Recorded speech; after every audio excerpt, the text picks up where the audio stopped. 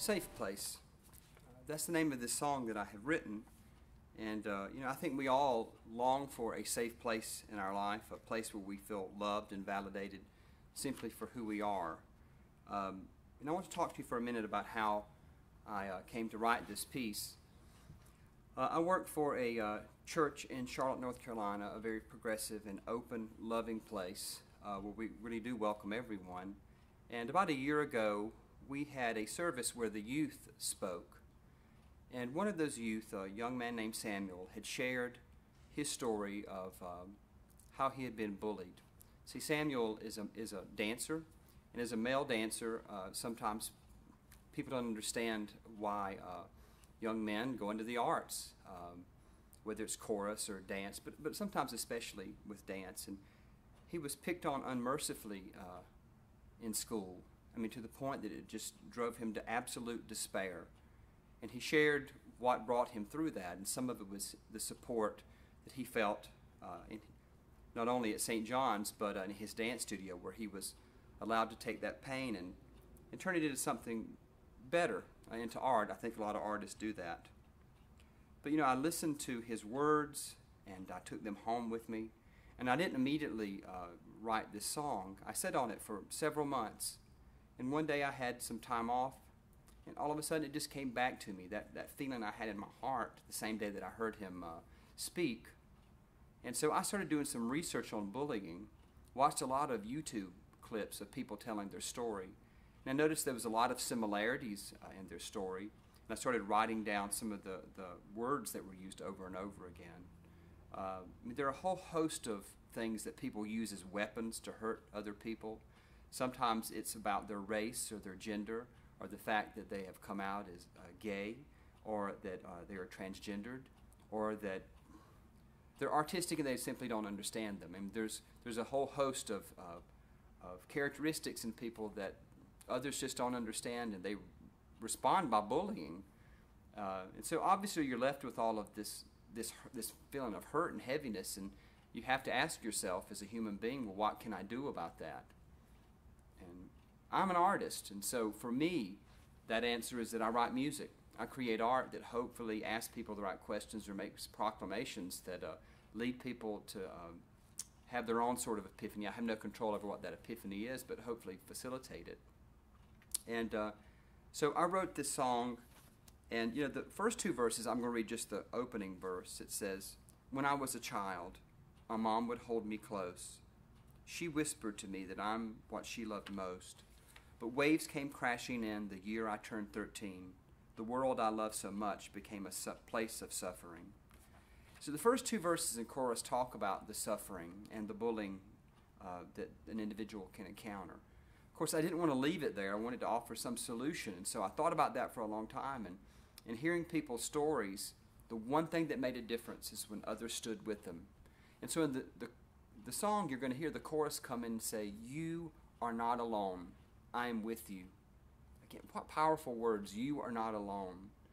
Sometimes it's easy to pick on one person, but if each of us, when we witness it, if we say, not in my presence, you're not going to tell that joke. Not in presence, you're not going to say meanful, hurtful things. Not in my presence, you're not going to be violent towards someone that I care about or love. If we can surround those people that we care about so much as we see them being tormented by others, that one becomes dozens, becomes hundreds, becomes thousands, becomes millions, surrounded by a wall of love. And when you have that kind of power, and a power that's used for the sake of love, not for the sake of hurting people, that's a powerful thing. So anyway, that's how the song kind of was created. And I hope you enjoy it, and hope it, moves you to be part of this movement. Ready to go into a rehearsal with the Winthrop University Chamber Singers. I'm having a lot of flashbacks because obviously 20 years ago I spent hour upon hour in the same hallway and in the same room. So looking forward to hearing what they've been working on.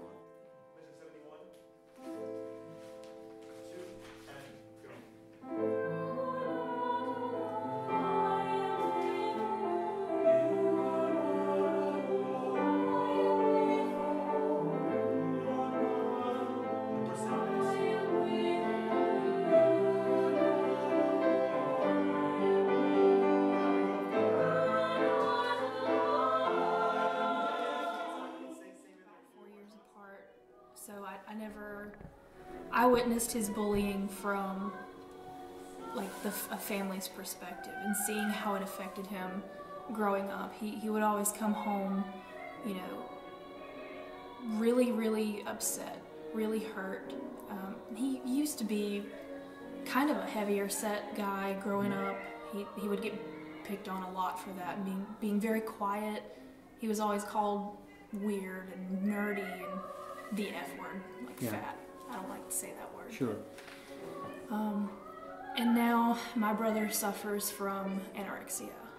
So the long-term effects of his bullying have affected him now. So it really, like, being an advocate for people to kind of step out and say, like, hey, don't say stuff like that. The physical consequences for words that people say. Yeah. And it manifests itself in things like these diseases and things.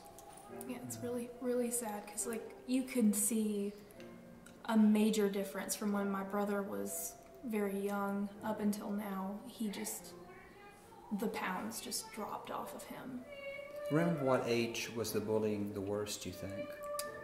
I'm gonna say around, he was probably 12 when it started, and about 14 or 15 when it kind of ended, and he's 16 now.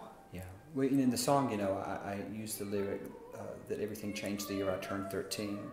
Because in doing a lot of research, I found that between 12, 13, and 14 is usually when it starts to get really, really bad. It does. Yeah. Well, thank you so much for sharing. I greatly, greatly appreciate it. Concert night. We're here at Winthrop University. We're about to premiere A Safe Place. And as I had said earlier in some of this filming, you were the inspiration for this piece. It was your bravery and your willingness to talk about this subject, bullying, at St. John's, that inspired me. Tell us a little bit about your story. Well, since second grade, I have been a victim of bullying, and my personal love for dance has always been shining across, not hiding under a rock, never in my instance, but I have been bullied ever since, at least till last year. It has stopped a little bit because of the maturity finally kicking in, but just knowing that I've been bullied severely, I have been through a little bit of depression, but my love for dance has always made me passionate and made my life a whole lot better. Rather than being depressed for a very long time, I've always had that ability to make myself feel better just through the movement of dance. See, sometimes you funnel your emotions through the arts. Through the arts of dance, yep. Yeah.